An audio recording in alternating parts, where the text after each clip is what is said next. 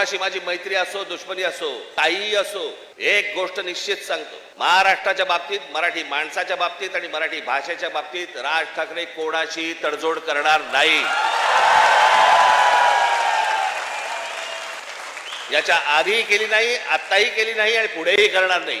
मला असं वाटतं तुम्ही देखील त्याच पद्धतीने महाराष्ट्रामध्ये राहिलं पाहिजे, जगलं पाहिजे, वावरलं पाहिजे. आणि जे कोणी इथे राहत असतील मराठी लोक, मी त्यांची माझ्या एका मित्राचा दाखला दिला होता, बाकीच्यांनी देखील लवकरात लवकर मराठी शिकण्याचा आपण प्रयत्न करावा. आम्ही तुमच्याशी मराठीत बोलू. माझं तुम्हाला सांगणं आहे, ज्या ज्या ठिकाणी जाल, दुकानात गेलात, बसमध्ये गेलात, ट्रेनमध्ये गेलात, टॅक्सीत बसलात, कुठेही गेलात, जास्तीत जास्त प्रमाणात म्हणण्यापेक्षा कायमस्वरूपी तुम्ही समोरच्याशी मराठीमध्येच बोला, त्याला मराठीत बोलायला भाग पाडा.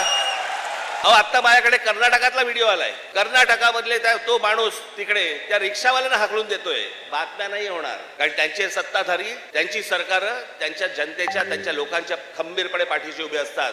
वरती कोणी येऊ अगर न येऊ, महाराष्ट्रच फक्त भोगत आला आणि महाराष्ट्रच फक्त भोगतोय. त्याला काय वागायचं त्यांचं त्यांनी वागावं.